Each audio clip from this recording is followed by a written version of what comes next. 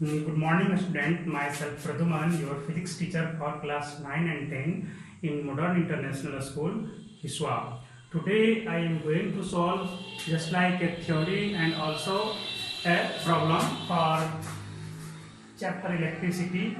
Your question is, if the length of a conductor is increased by 100% by stretching them.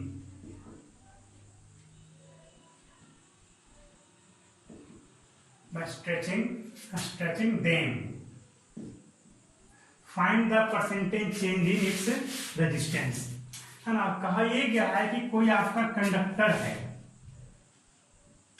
उसके length को क्या कर दिया जा रहा है, 100% से इंक्रीज कर दिया। 100% से इंक्रीज करने का मतलब पहले L था, L और बढ़ गया तो कितना हो जाएगा, 12 हो जाएगा। कितना हो गया, 12, है ना। 100% से इंक्रीज करना, जितना था उतना और बढ़ा दिया। कैसे, खींच करके, स्ट्रेचिंग देम, जैसे लिखा गया क्वेश्चन में दे दिया गया है ना। तो first of all you find the resistance of conductor if plate length of a conductor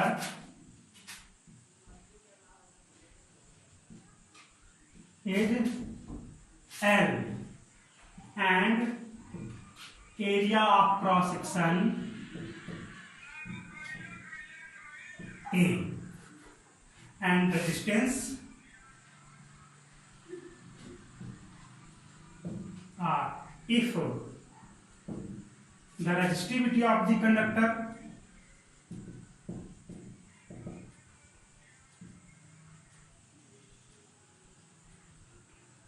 is rho, then R equal to rho into L by A। हो गया ना।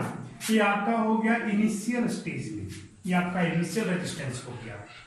अब हमें क्या करना है, जब इसको स्ट्रेच करके डबल कर देते हैं लेंथ को, तब न्यू रेजिस्टेंस क्या होगा, ये हमें फाइंड आउट करना है। ये मैंने आपको पिछले क्लास में बताया था। जरा सोचिए कि जब इसको स्ट्रेच करके, खींच करके आप डबल लेंथ में करोगे, इसका क्रॉस सेक्शनल एरिया तो हाफ हो जाएगा। Area length double, area half, length triple, area 1/3, length 4 times, area 1/4 times हो जाएगा, है ना। ये तो मैंने आपको पहले ही बता चुका हूं। सो वॉल्यूम किसका कांस्टेंट है, volume is equal to A into L। when new length is, new length is क्या होगा यहाँ पे, L plus L into 100/100 that is 12, है ना। जब आपका न्यू लेंथ आपका 12 हो जाएगा, तब आपका वॉल्यूम क्या होगा, आपका वॉल्यूम तो वही रहेगा, A डैश, आपका L डैश हो गया न्यू, है ना।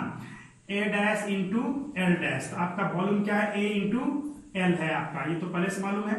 तो A डैश हमें फाइंड आउट करना है। यहाँ से L डैश कितना हो जाएगा, 12 हो जाएगा, L कैंसिल आउट, तो आपका A डैश क्या हो गया, A/2 हो गया। हो गया।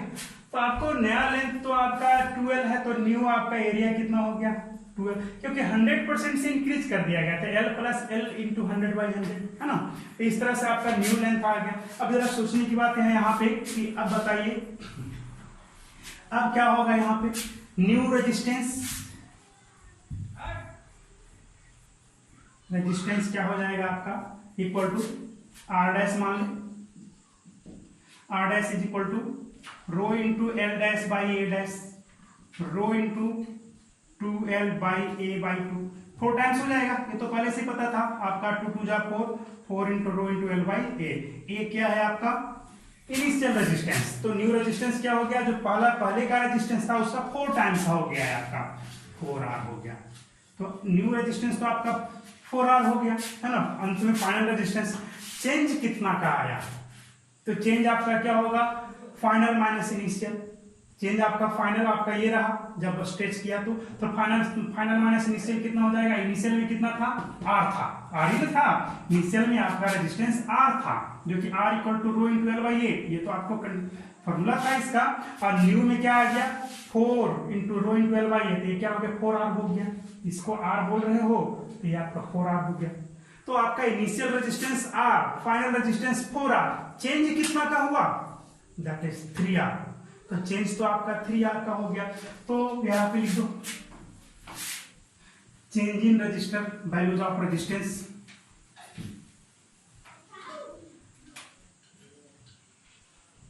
Change in the value of resistance कितना हो जाएगा ये 4R minus R equal to 3R। Percentage change क्या होगा चेंज बाय ओरिजिनल और initial into 100 that is 3R by R into 100 कितना आया ये 300% आपका हो गया है ना। 300% से इंक्रीज कर गया resistance.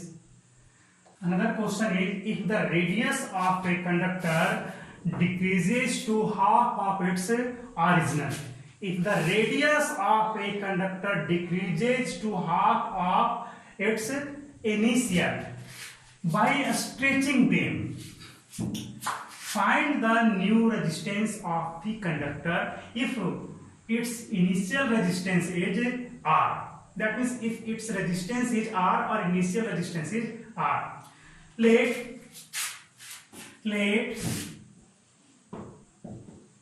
the resistance of a conductor, let the length of a conductor is L and cross section area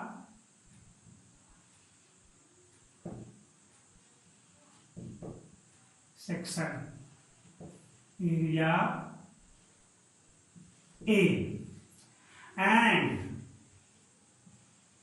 resistivity is rho, then R equal to resistance of the conductor have given R equal to rho into L by A. This is initial resistance, R is initial resistance है ना। अब आइए कुछ और check करें। If radius of the conductor is R, sorry a smaller, then A equal to pi R square। Area क्या हो गया इसका पाई आर स्क्वायर। अब क्या किया जा रहा है इसको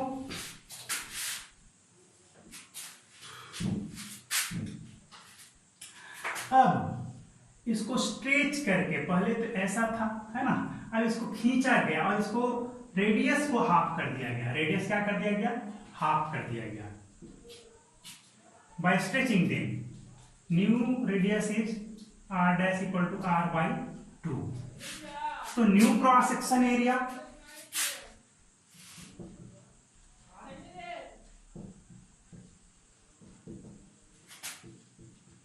equal to pi into R dash square and pi R by 2 whole square that is pi R square by 4।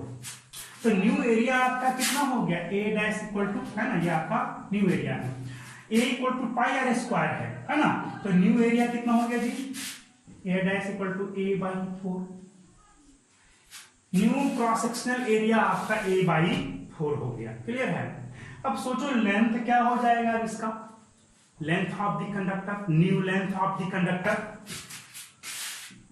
जब एरिया 1/4 हो गया तो लेंथ आपका 4 टाइम्स हो जाएगा। ये तो आपको पहले से मालूम होना चाहिए है ना। न्यू लेंथ आप इससे फाइंड आउट कर सकते हैं बाय वॉल्यूम। वॉल्यूम इसका जो होगा A इंटू एल, वही वॉल्यूम इसका भी होगा V into A dash into L dash है ना। तो आपका वॉल्यूम आपके इसके लिए चलो निकाल लो, A डैश निकाल लो, सॉरी L डैश निकाल लो, क्या हो जाएगा आपका A dash into L dash equal to A into L, दोनों वॉल्यूम सेम ही है।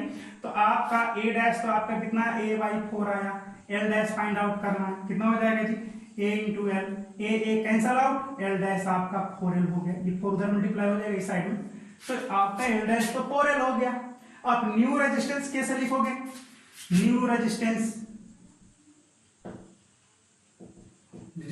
R dash equal to rho into L dash by A dash, L dash तो आपका कितना है जी 4L है, 4L डिवाइड बाई कितना a बाई 4, ये ऊपर चला जाए कितना हो गया 16 rho into L by A, rho into L by A क्या है आपका, देखो इनिशियल रेजिस्टेंस है ना, तो क्या हो गया 16R, तो न्यू रेजिस्टेंस कितना हो गया आपका 16R, that is R dash equal to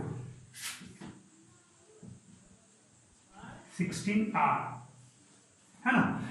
क्या देखा, पहले तो पढ़ रहे थे कि आपका एरिया के बारे में पढ़ रहे थे कि एरिया को हाफ कर दिया गया या लेंथ को डबल कर दिया, लेंथ डबल कर दिया तो रेजिस्टेंस 4 टाइम्स बढ़ गया, लेकिन रेडियस को आप हाफ कर दिए, एरिया को हाफ किया तो रेजिस्टेंस आपका डबल हो, सॉरी 4 टाइम्स हो गया, बट रेडियस को हाफ किया तो रेजिस्टेंस आपका 16 टाइम्स हो गया। ये बहुत ही इंपॉर्टेंट क्वेश्चन है, ये क्वेश्चन हमसे एक स्टूडेंट ने पूछा था, इसलिए मैं आपको बता दिया।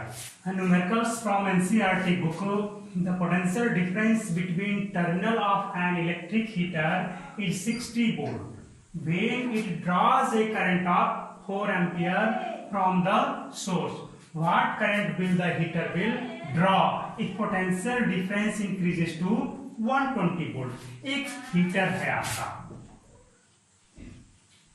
रेजिस्टिव कॉइल लगा हुआ है इसमें, है ना,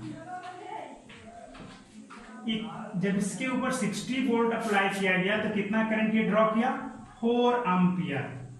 क्वेश्चन ये है कि जब हम पोटेंशियल डिफरेंस को इंक्रीज करके 120 वोल्ट कर दें तब ये कितना करंट ड्रॉ करेगा, अब ये कितना करंट को ड्रॉ करेगा, चलिए देखा जाए। First of all, you have to find out the resistance of the heater coil. You have given V equal to 60 volt and I equal to 4 ampere. Then R equal to V by I. So 60 by 4 ohm, 15 ohm. When potential difference increases to 120 volt, R equal to 15 ohm, this is constant.